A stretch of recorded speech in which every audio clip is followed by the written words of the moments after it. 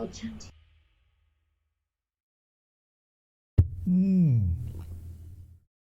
Oh, that intro was a bit shorter than I expected. Hi, it's me in my dark room.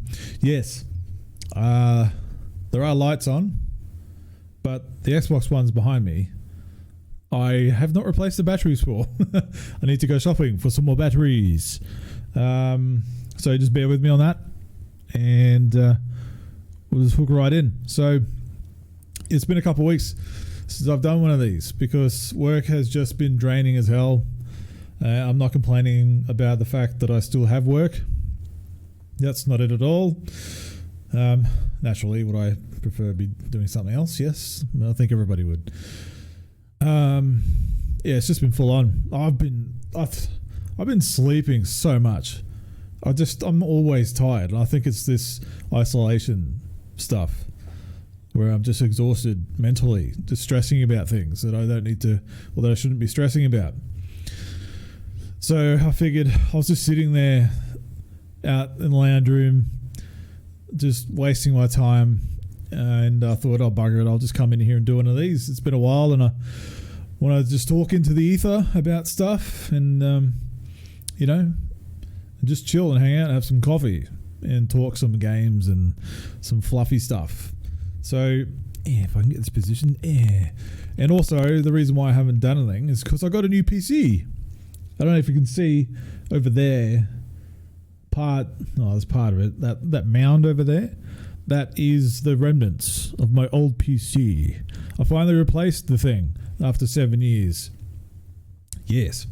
So now I'm staring at a taller tower. It's not massive. It's decidedly larger than my other case. But you got your RGB RAM sticks, your motherboard's got RGB on it. There's an RGB thing on the front. The bloody power supply unit has RGB in it. It's like friggin' Blade Runner in there. And I didn't plan for that. I just found some parts that were affordable, that were decent, and that didn't break the bank, even though I spent way more on this than I initially intended to, and I also had some help with some of the parts for it, so I couldn't really afford to spend so much money on this thing, so it was great to have that help. So thanks to all involved, it's much appreciated, massively. There's an actual GPU in there. I've never had a GPU in my old PC. It's the same one that I tried to get to work in my old one, but I think it was just too new. Even though it was totally compatible, apparently, it just wasn't happening. So that's what kind of spurred me on to, all right, I should probably upgrade my PC, because it's getting to the point where I can't really upgrade it without replacing everything. So yeah, it's got it one piece at a time, basically. And I was trying to be a bit smart about it. I didn't want to put myself out too much, but yeah, I can't believe I've got it. I'm still tripping out about it, and I had a good test run of it last weekend, and we'll touch on that in a moment. But yeah, look, I just want to touch on a few things. Remember that competition I won? I mentioned last time. Finally got the game for it, Skater XL. Apparently, it's a garbage game. So I watched some gameplay footage, and I stayed away from the reviews because I try to do that these days. I don't really like spoiling things for myself. And it looked good, like from the trailer, the gameplay trailer. I mean, the visuals were a bit rough, but I think overall it looked pretty good. And yeah, what really made me kind of look into it a bit more is because EB Games have this massive special trade hardware thing on this week until the 23rd of August, and I'm capitalizing on that massive. So I'm a level 4 member there, so I get a 20% bonus on top of the whatever trading value they deem. So they had a list of it online, and the PS4 500 gig model and my Nintendo Switch Lite together will get me about $540 store credit. So I was like, yeah, I'll do that. Yep, sure, don't worry. So I'm going to restore them. I restored my Switch to factory settings already, and it's just the pain on that was losing the 5 months or so worth of Animal Crossing progression in my island, and but it was beginning to be a bit of a hindrance, that game, in my day-to-day. Like, I was really kind of just obsessing over it, and it's affecting my free mind, like, because that's all I wanted to do, is just check in on my island and do stuff. And I wasn't really playing anything else. I wasn't making a dent in my backlog. I wasn't really doing any project work. I was just like, after work I'm just going to chill out and play some Animal Crossing. So I'm kind of good with getting rid of it now. I barely use my Switch otherwise, and with xCloud around the corner, whenever that launches in Australia, I'll have my replacement Switch equivalent. So there's all that. So in my PS4,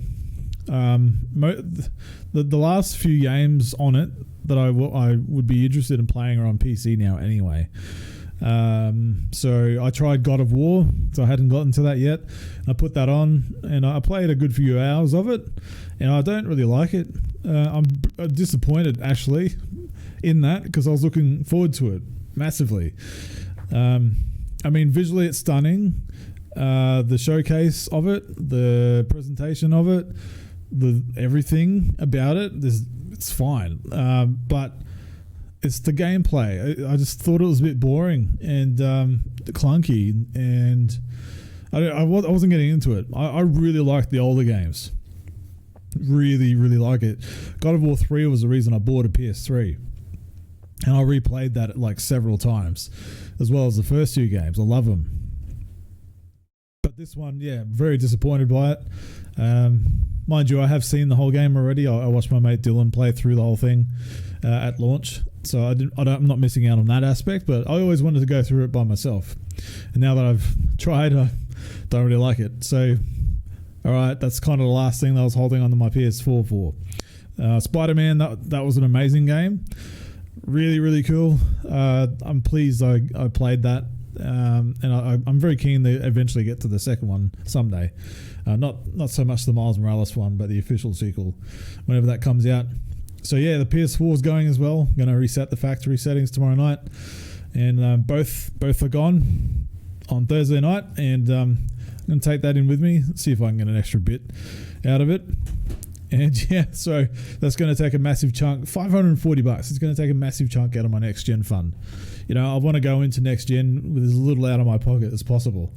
I've already paid for Assassin's Creed Valhalla, and I've already pre-ordered Cyberpunk. So that's my next gen kind of duo coming up. And with Game Pass, I don't really need to worry about the first party stuff coming out. So it's all good. Speaking about Xbox, and I'm going to touch on another PC related instance in a moment, but now I've finally dug one of these out. I've got two of these. It's the Duke for PC and Xbox. God, I love this thing. It's just, God. Like, it's good for, like, if you've got decently chunky hands like me. On the Duke here, God, they look huge on this camera angle, but I swear my hands aren't that big. But I love this thing. It feels so right in my hands. God, they do look quite huge, don't they? So this is one of the best controllers. My most favorite controller ever. It's big and chunky like me. And that leads me into, I think that was my preamble done. I'm just rambling on today because I just want something fluffy to talk about. Avengers. Let's just hook right into that, shall we? Me and Window. There we are. Let's play some of this footage in the background while we discuss. So, I did it again. Audio render error. Bloody Steam Labs. I tested all this before, and I don't know why it's not working now. I just rebooted my PC and all that. Anyway, whatever. Just imagine there's something fluffy happening on screen, or I'll go back to me only, and I'll look for an image or a wallpaper while I talk. So, look, I played the beta. Good old mate Jamie got me a beta key from Let's Talk Games. So if you haven't subscribed over there, move over there, and I'll put a link in the description. Go over there and subscribe. Avengers PS4 game. Yeah, so I had a reason to actually use my Duke controller last weekend, which I was massively happy about. And I got to play the beta. I played it for a good 3-4 hours, I think. And is that image big enough? God, it's a small image. And yeah, look, I think, let me just say, I want to be careful how I say it, so I don't annoy someone out there, but I guess I'm going to annoy anyone regardless of my opinion. So that image looks good. Let's just do that. New window. Cool. Whatever. It's half cut off. I don't give a shit. So yeah, played it for a few hours. Man, I'll say this and I'll quote myself and reiterate my words. Oh shit. I said it on Let's Talk Games, and I tweeted about it as well. If I was as big a Marvel fan as I was, or as I am, a DC Comics fan, I would be shitting my pants and wetting myself over the excitement of this game. It's oh, that's the PS4 Spider-Man 2. It just occurred to me. It's a sore spot. The exclusive Spider-Man shit strikes. Yeah, if this was a Justice League game, man, I'd be cutting thick, and I would be like putting in a week's annual leave. You know, I would just be going over my nuts for it. So, gameplay-wise, the session that I had, I felt I just had enough on that session, like a good 2 or 3 hours. The gameplay didn't start feeling repetitive yet, but I can see that it will. Like, it's not overly expansive from the session I had. I mean, I know you can expand on it. Like, I don't want to spoil too much. You can unlock new moves, new abilities, and you know, your skill trees and stuff. So I guess it'll expand in that way. So there's room for it there. But I'll say the highlights of it was playing as the Hulk. God, that was such a lot of fun. I didn't expect that. I thought, oh, here we go, just boring smashy. But just unstoppable. If you play Hulk correctly, I had a few close calls, but if you can get the hang of him and play him correctly, my God, you're just a powerhouse, unstoppable, you know, and get your rage meter going, you know, just puny God everybody. A lot of fun. Captain America session, you have one part of him at the start. You've all seen it. It's the screenshot you're seeing there, that level that we've all seen. You play through that whole thing, and the Captain America part was so much fun. It was like 30 seconds worth, but I was like, oh, give me more of that. I want a Captain America game. So I really need to track down that last gen Captain America game on 360. I've been shopping for it for a while, so I think I really need to pick up a copy now. Iron Man was boring as batshit. I just did not enjoy that at all, and you'd think that would be one of the highlights, but no. It was not fun. Thor, very God of War like. You know, go figure. I mean, the hammer and the axe, it's a very similar aspect there, and on the recent Let's Talk Games podcast, it occurred to me, you know, from the boys, they mentioned that they had one of the guys who worked on God of War on the hammer, the axe throw, like the Mjolnir thing, work on that part for this game for Thor, so it definitely felt like it.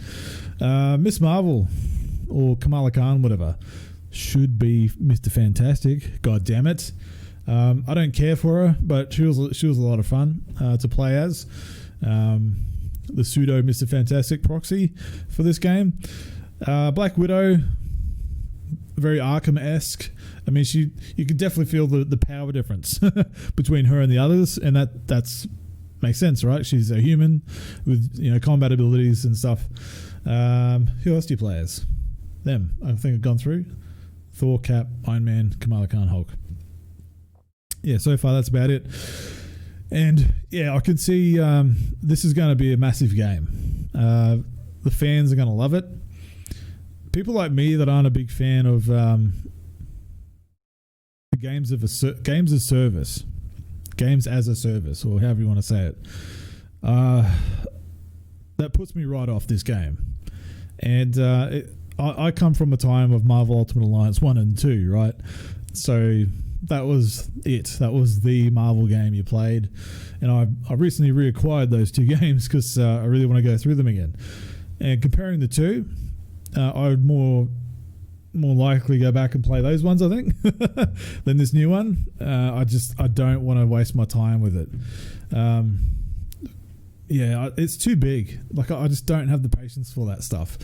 And it's unfortunate. I'd probably feel the same if it was a Justice League game, if it was watered down and, spaced out content and, exclusive DLC stuff all over the place. I don't like it. I really don't like what they're doing with this game in that aspect, like the whole corporate side of it.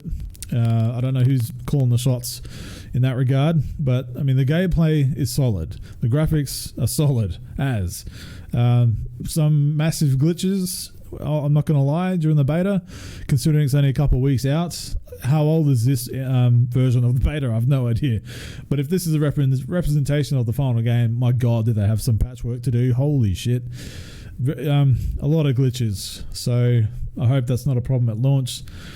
And if so, I hope it gets called out accordingly. Part of me thinks this game should have been delayed even further and just made as strictly next-gen releases. But, that's not going to happen because they're going to make more money across every console. So, I don't want to spoil too much on the story, and there are genuine surprises in the story campaign missions, in the war room and a couple of the missions that you get to choose from in the beta there. It's quite an extensive beta. It's a lot of content in it considering.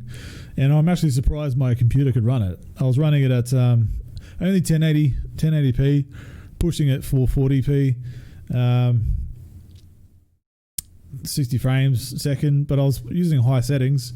So, it would be representative of how it would play on the PS4 or Xbox One S. So I wasn't really missing out in that regard, and it looks really good once worked out some of the kinks and tweaks of the settings and whatnot.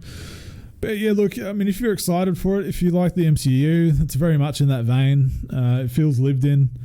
I think you'll enjoy it. It's the muted colours are all there. There's nothing too bright and colourful. Art style, it is what it is. It looks like an MCU film. Some of the faces could do with some work. Particularly some of the expressions and the eyes looked a bit vacant, to say the least. But yeah, look, pre-order it if you want, or just wait till the official reviews come out and then make your call. I'm not going to play it out of protest.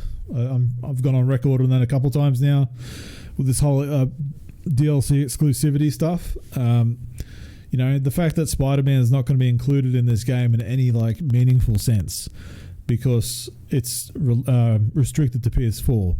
He's not going to be in the main storyline. Even if he has his own story path, then everybody else misses out. I'm not supporting that shit. I'm just not about it. So I refuse to play it or buy it at least. I'm not putting my money down on this. So I'll vote with my wallet. Thank you very much. But if you don't give a shit about any of that, go nuts. You're in for one hell of a ride. So let's just wrap that up. I'm done talking about that game. And the video not working. I don't know why. Streamlabs is this is the first thing I've done since I've got this new PC set up, and I did a test run before I hit record, and it was all working. So I don't know what the go is right now with the audio not working for videos. So there goes some ideas that I had. But look, there's been some discussion online about sipping coffee. Not really. Oh, the audio listeners out there. You're going to love that shit. There's been a lot of discussion and heated fan shit, for lack of a better term, out there about both of these consoles, man. Like, holy shit, I'm so fucking over it. Like, yeah, I wave the green flag. I'm not going to lie. I spread my cheeks for the green X. I've got the light over there, another one over there. I've got a Duke right in front of me. I'm unabashedly an Xbox fanboy. and I'll never deny it otherwise. But I still have a level head about these things, right? You know, it's just like a sports team. Everybody's got their favorite sports team they root for. Just so happens I'm invested in this ecosystem and all the games I like, and you know, they all look great, and it's the most powerful console and that kind of shit. You know, xCloud and Game Pass, super hyped, you know. And people are saying, oh, there's not much coming out at the end of this year. And that's incorrect. You know, there's a lot coming out between now and the end of the year. So I thought, I found this article that we can have a look at together and just have a discussion, you and me, about what's actually coming out at the end of this year for both the Series X and the PS5, right? Case in point, straight up, Miles Morales. Now, I don't think this is going to be a console seller at all. I really don't. Only the hardest of the hard are going to buy a PS5 just to play this game, right? I like Spider-Man. I have no attachment to Miles Morales. Therefore, I'm not going to throw down $800, you know, or however much it's going to cost. But it's a stunning screenshot. If that's in-game shot I captured on PS5, yeah, that just looks spectacular. Pardon the pun. But you probably can't see it on the screen right now. But what I'm seeing on my 4K monitor, that it's so crisp, so crisp. Moving on. So here we go. Dirt 5, I don't really care for. But, I mean, that's coming out. It's a game. Assassin's Creed Valhalla, I'm super excited for that. I've already, like as I mentioned, I've already paid it off. Gold edition steelbook, because I want that sweet, sweet case. I don't really like buying physical these days, but I thought, bugger it, I will for this one. I got it cheaper than the digital copy, so the medium Xbox Series X exclusive. That game looks absolutely batshit insane. I'm not sure if I'm going to do it, but I mean, it's coming in Game Pass. You know, I'm pretty sure. So I'll guess I could play it at some point if I so desire. Scorn, I mean, I just, that looks insane. More than this one. So I'm more on the line of playing Scorn just because of how artistically up the wall it is. I want to see what it's all about. The trailer is just so I've said insane, but it's anything I can think of, because if you've watched that trailer, it's nuts. It's a visual feast. Yeah, that Geiger stuff, or Giga, however you say it. It's just crazy stuff. Again, probably on Game Pass, so I'm good there. Tetris Effect, don't really care for it, but it's a game. Bug Snacks, again, I don't give a shit, but PS5 exclusive. That's coming out if that's your thing. I don't know anyone that's excited for that game. I haven't heard anyone go, oh, I can't wait to play Bug Snacks.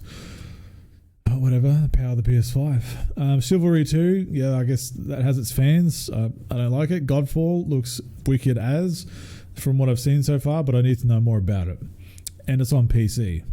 So I'm probably just going to play it on my PC and see how good I can run it.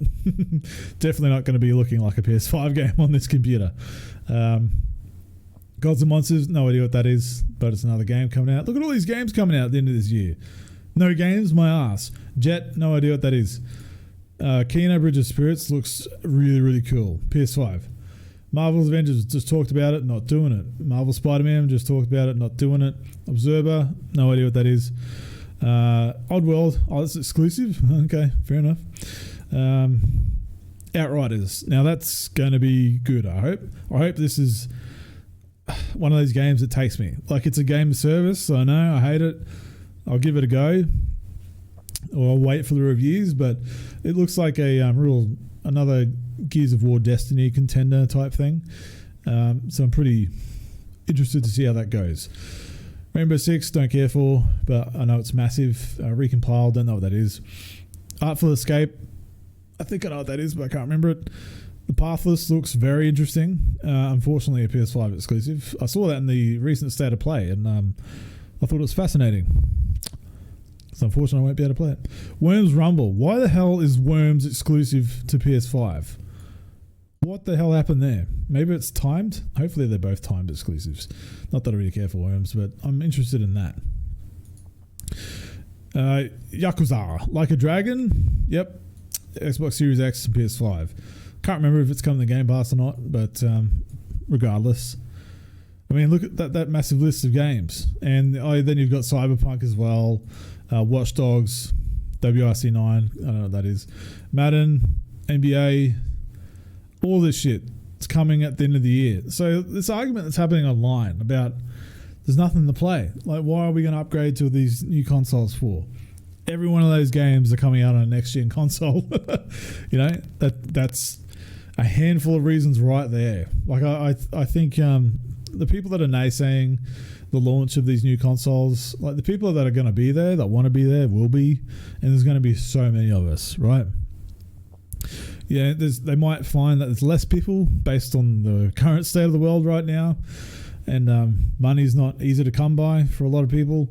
And like, even speaking for me, like I still need to watch my spending, even though I'm full-time employed. But you know, I'm maximizing my opportunity with trading in a whole bunch of stuff to reduce my point of entry, because I really don't want to spend a lot of money going in. I just, peace of mind. Like I don't. It's a luxury thing, and if I can't make it as easy of an entry for myself to get in there, then I won't do it. You know, but I have an opportunity now. And so I'm looking forward to all this kind of stuff. And Game Pass, you know, it's all going to look spectacular on Series X. So much stuff, man. So this whole no games argument, it's now moot because Chunt says so. Yes. So we're done with that. We've put that to bed. Everybody on the internet can now live in peace because I've decreed it. And let's move on. Now, some negative news. DC Comics, all right? Moving from Marvel to DC Comics. Massive layoffs. Now, I think a lot of people, we'll start here because it's a shorter article. Hit with major layoffs. You think they'd get a more recent image than this. This is the new 52, which is 2011. Good on ya, Hollywood Reporter. So the majority of staff streaming service DC Universe has been laid off, and the editor-in-chief Bob Harris and multiple other executives. So this is a big deal, right? For those who don't know, AT&T, which are a major like mobile communications corporation in America, some time ago they bought out Warner Media, and here we go. The AT&T merger. They bought Warner Media out, which included everything underneath that, which is Warner Brothers, Warner Brothers, HBO, DC Comics, etc., etc. So people have been saying for a while now that DC Comics are on notice. You know, ever since then, it's been 3 or 4 years now since the merger happened, and now it's finally coming to a head. And particularly with HBO Max coming out to really streamline their streaming service, because everybody needs one these days. So Warner Brothers is folding into that as far as their content is going up on that, and all the DC Universe stuff as well. So this is pretty huge. So they're obviously cutting the fat a lot in a lot of areas and a lot of parts of their business that are redundant, you know. So I understand this is bad news for the people that are involved, but I mean, you have to understand that in order to move forward, you've got to kind of cut the redundancies, right? So they say here roughly 1/3 of DC's editorial ranks have been laid off. Like, that's the publishing arm of DC Comics, right? As well as the DC Universe service, you know, in the hundreds of people have been laid off. So the live action shows, Doom Patrol, Titans, and Stargirl, and the animated stuff, you know, Young Justice and Harley Quinn, they're all being rolled into HBO Max as well. So you already see the movies, the DC movies on HBO Max. They're no longer on Netflix, you know. Some of the leftover stuff is on Netflix, but everything else is gone, right? The bigger news to me is DC Direct. As it says here, the company's in-house merchandise and collectibles manufacturer, like they did their own collectibles in-house at DC for like the last 22 years. Yeah, 22 years. They did some awesome stuff, man, and they they pioneered that kind of in-house stuff where they can take the risks on doing some things and some risky lines and some real, artistic stuff that didn't have to, adhere to the consumer market of the cookie cutter things.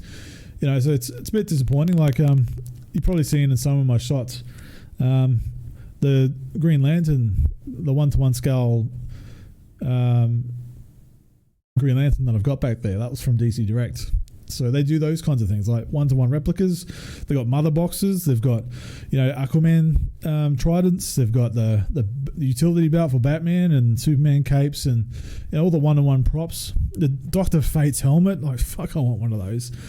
And that was all from DC Direct. So now it looks like they're shuttering that, and they're going to move out to what do you call it? Outsourcing to produce their collectibles and stuff and licensing it out. And that's just another cost-cutting measure. Considering that, again, the state of the world that we're in, everything's been shutting down, and every business that wants to stick around, that has the collateral to do so, is making the hard decisions right now to keep going. Right. So this is all part and parcel of that. And if DC can stay around, I'll support whatever they do, whatever they think they have to do, as long as they keep publishing, right? So, what do they say here? This is the last thing. DC spokesperson declined to comment on the changes. No shit. Which come less than 2 weeks before the planned August 22nd online event, DC FanDome. I'm going to touch on that in a minute. Which is set to showcase stars from DC's films, blah blah blah. Just some more context here. This one basically runs through the same stuff, just in more detail. I'm not going to read through all of it here, but I thought there was a point here. Yeah, so Stargirl, that's a new show that's just come out that was debuting on DC Universe, right? But now it's moving over to the CW. And they're saying that the show is going to be the same, it's not going to change, but we'll see about that. Doom Patrol, it's become a secret hit, and that's moving over there as well. A lot of the senior executives are gone, but these guys have been there for like decades, right? So I think it might have been time for them to move on. I don't know how all this works, but I mean that's pretty massive, right? I mean this is a huge shake-up for Warner Brothers and just Warner Media in general. And the man at the top of the DC publishing arm, he's still sticking around, thank God. Jim Lee. He leaves some comments on the future of the DC Comics publishing arm. He says, "We are still in the business of publishing comics." Now, there's a controversial take that I'm going to make here. I'm not trying to play camps, but for the last decade, both DC and Marvel have put out some very questionable stuff. Marvel in particular. And their sales are just not good. They've had to relaunch multiple characters to try and make them stick. Like for argument's sake, Kamala Khan, who's being pushed in this new Avengers game. They've rebooted her or given her number ones, 4 or 5 times now to try and get something to stick, to get people to care about her. I don't know why they're pushing this character so hard. I know the whole minority thing. Yeah, cool, whatever. Representation, yay. She's not technically a new character. She uses the moniker of Ms. Marvel, which for those of us who've been around for ever knows these characters, and that's now Captain Marvel. She's moved on to take that mantle, so this one was left over, and she even wears similar colors. The lightning bolt on her costume is the same as the other Ms. Marvel. So why couldn't they just give her a new name? I'm all for diverse characters, whatever, but give them their own spin on it. Give them their own name. Give them their own origin. Give them their own identity. I don't care for it. It's not for me. They're not making these characters for me. Whatever. But nobody's buying that comic, no matter how hard they try to reboot it. The same with Captain Marvel. Captain Marvel is powerful as shit, man. She's one of the more powerful Avengers, even in the comics, not necessarily just the movies. And there's a long history on that character to how she got to where she is now. But she's never always been this kind of Mary Sue type character where she's the best, at everything. She's the most powerful at everything. She, no one can tell her otherwise. This strong, independent female bullshit. Like she's not a team player. Her way or the highway kind of thing. And if that's the character that they want to push forward with it, that's disappointing because that's not a likable character at all. Even like one of her most recent reboots, they've rebooted her comic like 7 times as well in the last 7 years. And one of the lines was like, Captain Marvel or Carol Danvers, whatever your name is, if you could go back and tell yourself to do anything different, would you, or whatever? And she basically said, no, like I've done everything perfect. It's like, oh, yawn, all right, cool, no depth whatsoever. Just not a likable character, and the sales show for it, right? So, yeah, cool. They're getting pushed. Diversity, females, whatever. But I think you can push these new characters in a good way without suffering this whole wokeness thing that Marvel's been pushing since they got into Disney. And look what's happened there, right? Star Wars, there's a bit of wokeness happening there, and look what's happened to that franchise. It's gone down the pits. And as well as Marvel, this new phase that's coming out looking like it's going to pander a lot. And even the comics, nobody cares. I can't remember the last memorable comic line that's been published over there that was memorable, that fans talk about online. Whereas on the DC side, they never really went down that route yet. They almost did. And this whole reshuffle thing that's happening, there was a 5G initiative that was supposed to come into play that would have replaced every major superhero with a diverse replacement. So, however you want to slice that up. So like Superman, Batman, Wonder Woman, Green Lantern, The Flash, etc. Like they would have been replaced by other characters that either took their mantle or just took their place with a new name but filled that slot, and they're either like, some ethnicity or some gender or whatever, and DC and the artists and the editorial were like, God, please, let's not do this. And the guy in charge got fired over it, right? Dan DiDio. He got let go some time ago now. I want to say about 4 months ago, I think. And now Jim Lee, circling back to Jim, he's now the top dog, basically, in the publishing arm. Used to be a co-publisher with Dan, but now it's just him. So he's been a huge proportionate effort to write the DC shit. And if it's just up to him now, I can't wait to see what he has planned. I do trust in Jim Lee. He was a strong force behind the New 52 reboot in 2011, and I thoroughly enjoyed that. And he's on Zack Snyder's side as well. He was part of the people in the room that decided to greenlit or approve the Zack Snyder cut, so I'm all about it, all about Jim. He says there's no 38 minutes. There's no pencils down notice, which is great so far. We'll touch on that in a minute. Major layoffs, same as the other media arm. A lot of the artists and writers have been let go. Some of them have been there for like 20 years. So it sucks. Like none of this I'm happy about. I don't want to see this reducing. I'd love to see it expanding. But I think they do mention in this article further down, I'm not going to read it all, this whole restructuring is to ensure that they can go global and expand in ways that they never could before. That's the idea. I don't know how much corporate talk that is, but yeah, so here's a rough draft idea. DC, the home of heroes such as Batman, Wonder Woman, saw the Scythe cut 20% of its staff, with many senior editors let go and a reorganization implemented that sent shockwaves through not just the company, but through the comic and DC fan community. So 20% of the editorial staff, and it definitely is part of their artists and their writing arm as well. So it's pretty huge. I mean, this is DC Comics, one of the big two, like Marvel being the other one. And I expect this. We're going to hear news about this over at the Marvel side as well very soon. Comic sales just aren't what they are, what they were in the 90s. You know, they just haven't been. No comic has sold 1 million copies since the 90s.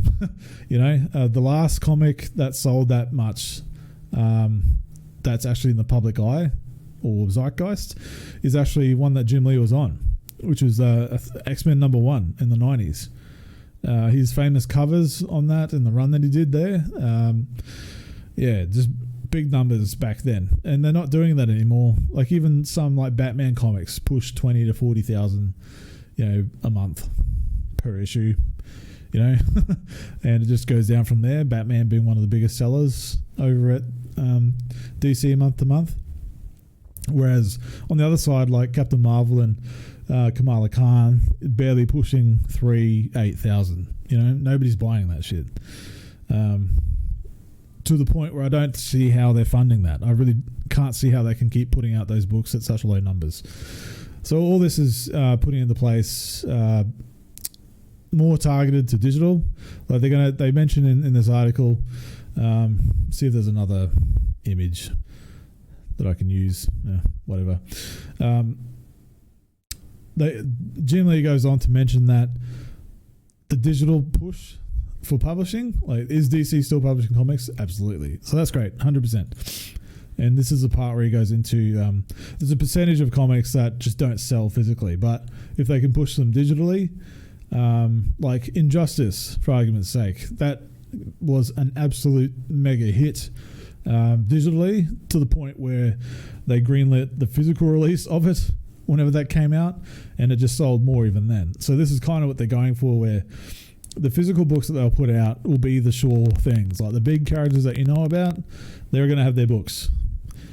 However, the ones that aren't so well known or aren't selling that well enough to put the costs in to print them every month, they will have a digital release. And if the digital sales hit marks, like the Injustice one, for argument's sake, then they can consider, all right, well, let's put out a book, a collected book of that, since people want it.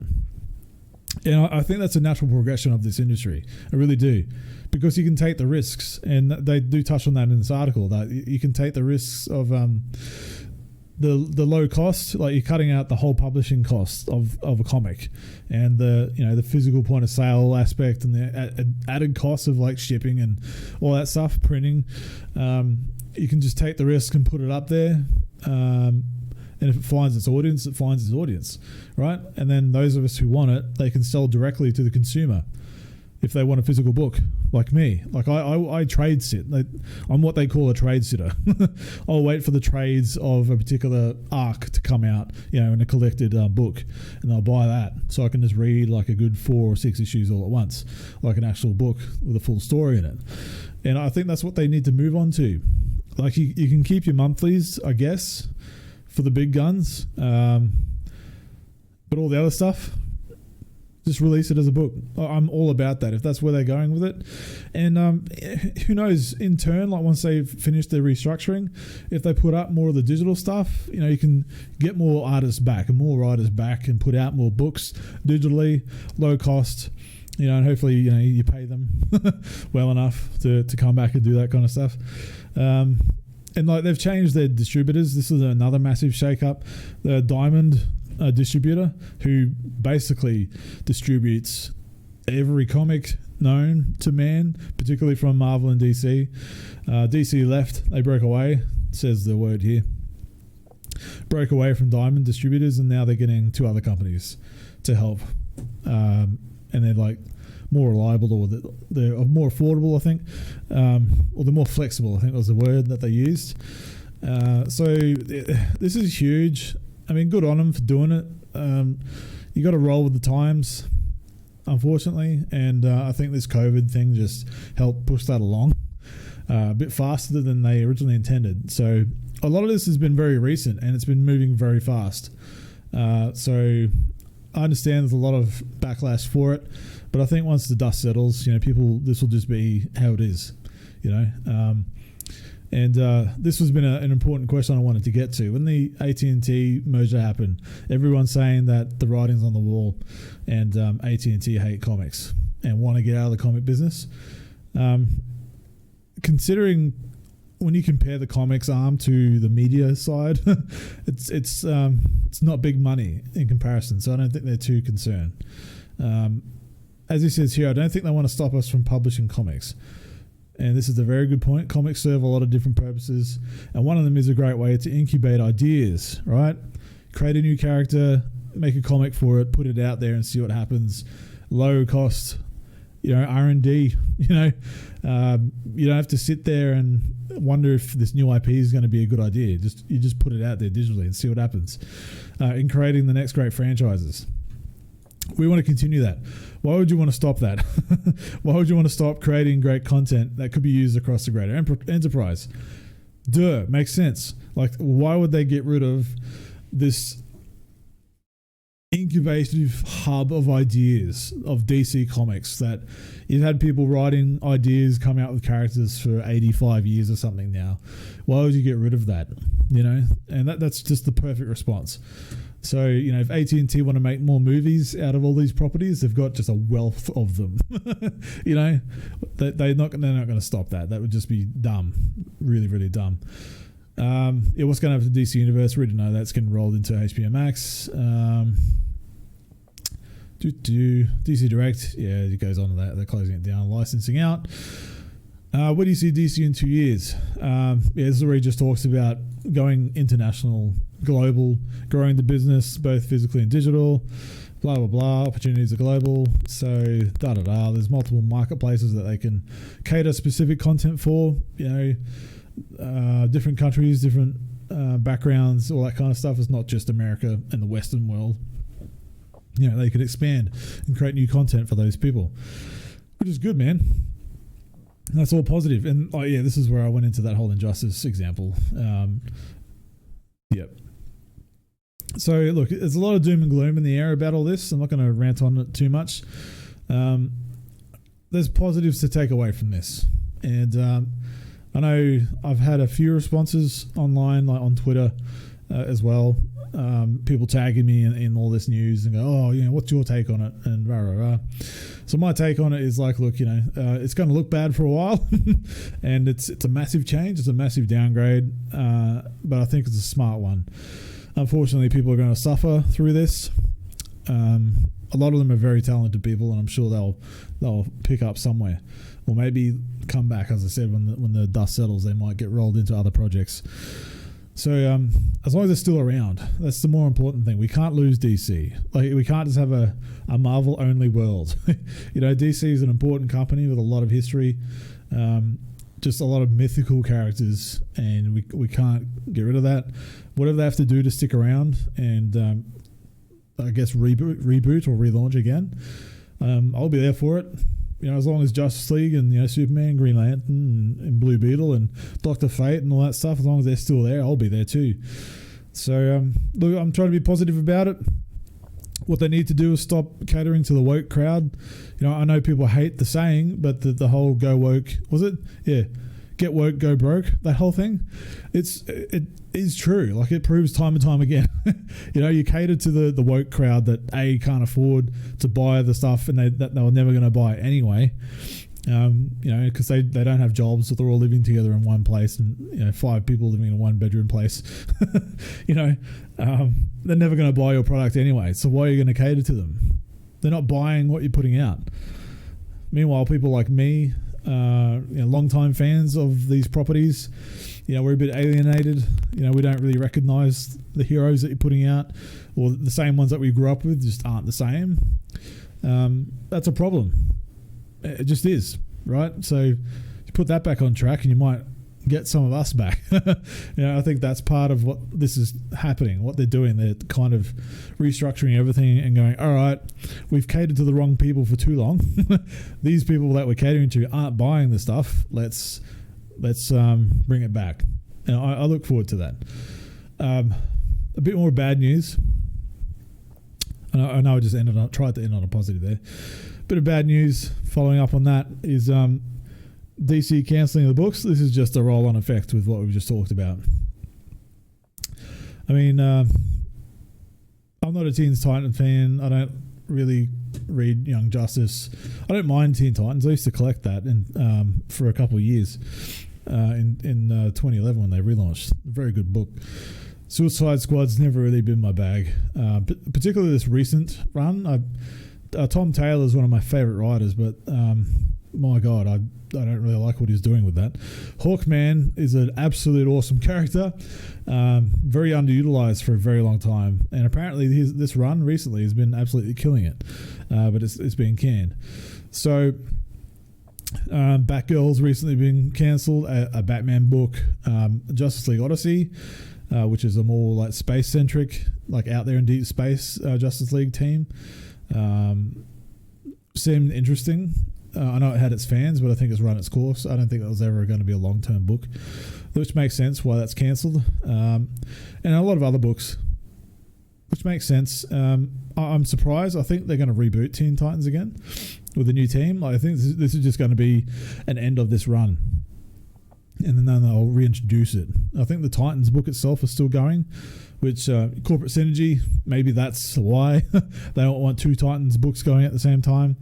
But what we just talked about, where they're really narrowing down how many books they're putting out, I think you'll just have like a representative of that section of DC per book, instead of having these multiple books with the same characters in it, all doing the same stuff. Young Justice is a surprise that has a massive following, just like Teen Titans does. Suicide Squad has its people, but it's never been a massive seller. Hawkman has been a surprise hit. John Constantine Hellblazer. Oh, wow, that's ending as well. Holy shit. And Aquaman. Wow, Aquaman getting cancelled? Jesus, I thought that was one of the better sellers. Or at least it used to be. I've lost touch with Aquaman in the last year. There's another Batman book cancelled, Metal Men, not surprised. That's a very niche group and a very niche superhero group. Very unique too. But they're all ending in November. So I think this is going to lead up to a massive line relaunch. I really, really do. And they just go down to some of the write-ups or the, examples of what the current storyline is happening at the time. Oh, look at this disgusting frigging website. Look at all the ads. Holy shit. Anyway, yeah, so that's tying into that whole argument and discussion of, streamlining your content. Eventually, this is going to come around. Eventually, it's going to be more condensed, more focus on good storytelling and good characters. That's what I really hope comes out of this. I think there's a lot of positivity that can be born out of this negativity, right? A lot of bad stuff, but you can turn it into something good. A more condensed, more powerful package than you've had before, where you're trying to cater to so many readers. Just stop publishing the ones that people aren't buying, and then put your resources in the ones that are, and trying more new things, which is exactly what I think they're going to do. So I think that's the end of the bad news. There's more DC stuff though.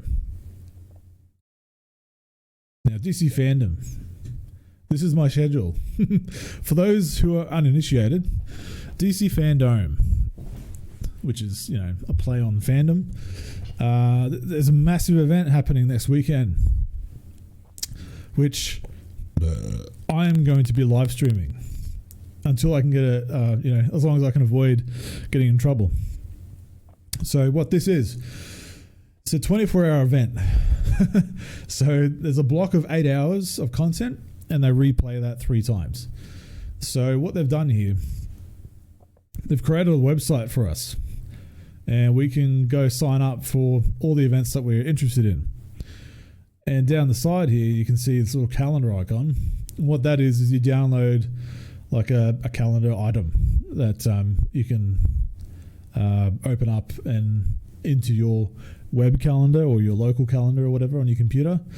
Then you sync it to your phone and all that shit. So I've gone ahead and added my itinerary and I've already added all these into my calendar automatically. So we've got a massive, at least 15 hours of content here because it cycles through different areas. I don't know how they're going to do it. I don't even know what it looks like. I had a teaser lined up here, but it's going to fart out on us, right? Yeah, see? Gave you a little glimpse on what it looked like too. Fucking hell, Steam Labs. That's really giving me the shits. Anyway, so we got a lot of panels. Like it's all, I assume it's going to be all pre-recorded stuff, like interviews, questions chosen ahead of time, and getting all these actors together into one place to do this, like a Zoom meeting or something, and make it pretty and presentable. There's no way in hell this is going to be a live 24-hour event, getting all these celebrities and artists and production staff, to do all this. This has been in the works for a long time, I believe. So we've got a Wonder Woman 1984 panel. That's what kicks off the whole event. I can't wait for that. Finally, we get to see something more in this movie.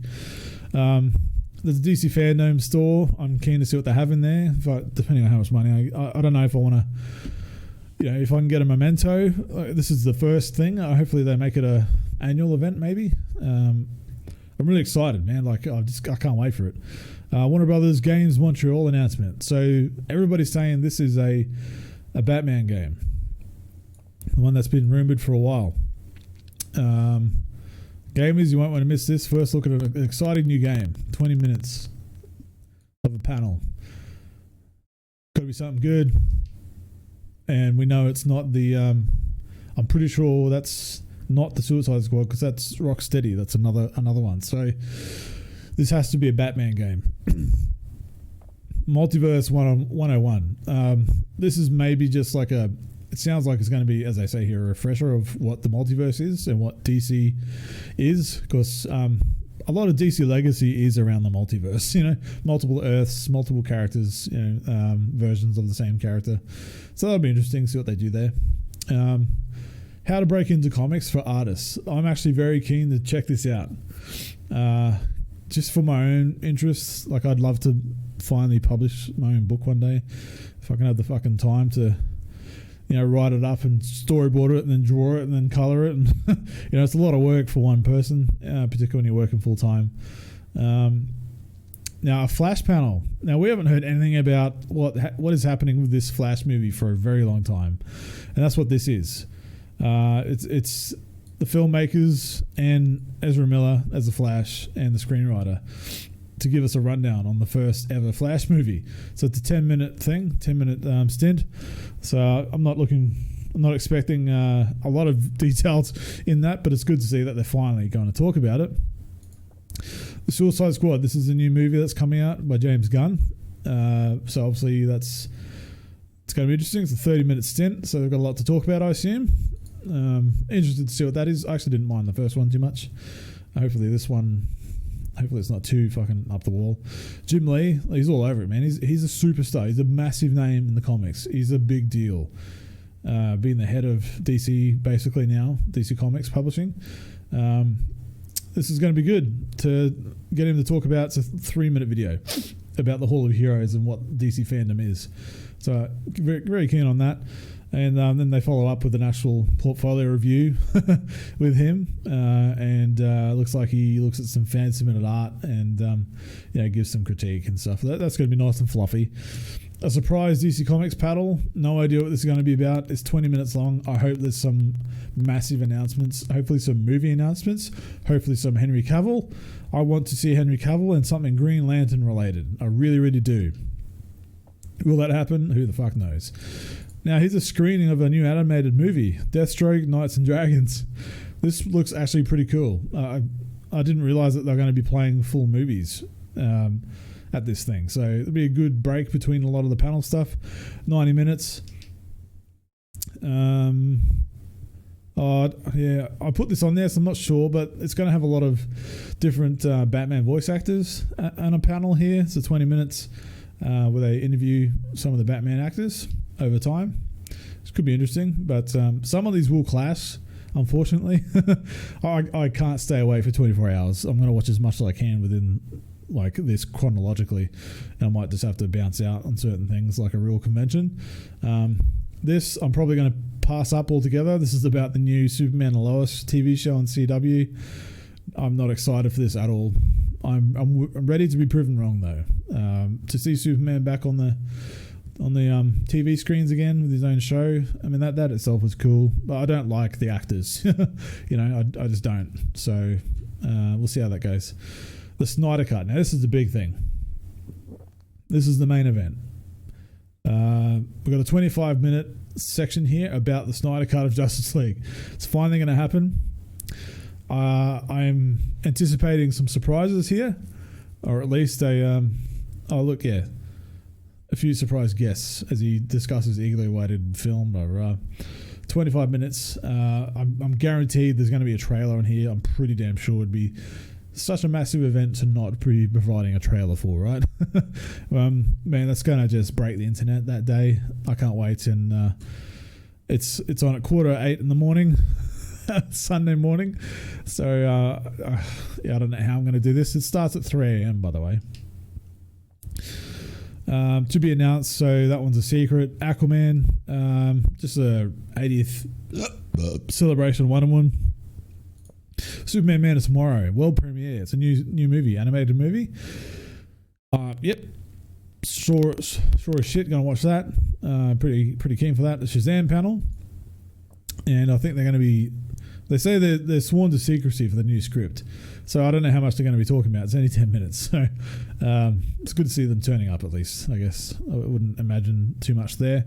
Now, Suicide Squad: Kill the Justice League. This is a Rocksteady game. This has a good 20 minutes, so hopefully we'll see some gameplay and get an idea of what this actually is. And that image is not loading. The Batman panel. So this is all about the new Batman film. The director Matt Reeves is going to turn up, and looks like one or two surprises as well. And it's a 30-minute panel, so it's pretty hefty. Very exciting.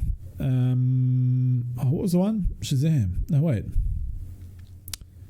Where's that one? Wait. Oh, the Black Adam panel. I just glossed over it. The Rock, Dwayne Johnson. And a few surprises. 15 minutes worth. Interesting. That's going to be very keen. Right after the Snyder Cut panel. What a double whams. And then a few stuff here that I don't expect anyone to understand what it is, but a recap of Injustice, why it was a hit as a comic. All about the life and art of Jim Lee. I'm very keen to watch that. Jim Lee is just anyone who's anyone can look at Jim Lee as like an icon, and you just want to envy him, and you idolize like what he's done for the comics and how much he's done for the industry. I'm very keen to see if I can stay awake for that. Batman 3 Jokers is the massive event coming up. Jeff Johns, very just epic storyteller, and Jason Fabok, one of my favorite artists. Like, he's just incredible. Yeah, I can't wait to see what that is all about. Two of the DC Metal universe. This could be batshit insane. It's a very, very bizarre storyline. I'm yet to delve into it. I'm waiting for the collected books, but it looks very, very, very cool. And DC Down Under, all about the Australian involvements in the DC universe across film and TV and comics and all that. So, Margot Robbie and Jai Courtney and Boss Logic, that Tom Taylor, sweet, he's going to be there too. Nicholas Scott, dope. So that's 120 minutes. Jesus Christ. Yeah, that'll be one of the last things that's on my list here. And then something to do about Superman. I don't know what this is about. It's probably just another recap of what Superman is. I don't think we'll see Henry Cavill here. I think he'll be more in one of the big events. But yeah, that's pretty much it. There's a lot to talk about there, and I just thought I'd try and cram it all in one video. And yeah, just try and wrap it up there. There's a lot to talk about. I'm very excited, as you can't tell. Far out. This is the kind of stuff that keeps you going when you're in isolation, and you can talk for over an hour now. So I don't anticipate anybody still here, but for those that did spend your time with me, I do appreciate it. It's been pretty difficult. I'm not going to lie. This 5 months or plus on my own. No social interaction in person with anybody besides online. It's been difficult, so thanks for spending your time with me on that. And next week, hopefully we'll have a shorter Chuntcast, and we'll see how we go. But so much, man. And if you're going to join in on that live stream, the 24-hour stream, my stream is going to start at 3 a.m. Australian time. So you do the math on what part of the world you're in if you want to join in on that. Just go to Twitch, Uncle Chunt. You'll find me there. And I'll be streaming that shit until I pass out or fall asleep or whatever. So join me on that. And until next time, I don't really know how to end this one. Just be careful. If you have people, look after them. If you're with loved ones, love them extra hard these days. Because it's a privilege to be with loved ones. And some of us can't yet for a while. And just be well. Look after yourself. Chunt is going to be here. And so, I know some people look forward to these, so I'll try not to keep it too long next time. Now I have a new PC, hopefully this stuff, once I figure it out properly, and get more stuff out. So, yeah. Radio, I'm off to start getting ready for bed. So, toodaloos. Take care. Bye. Oh, my outro. Like, comment, subscribe.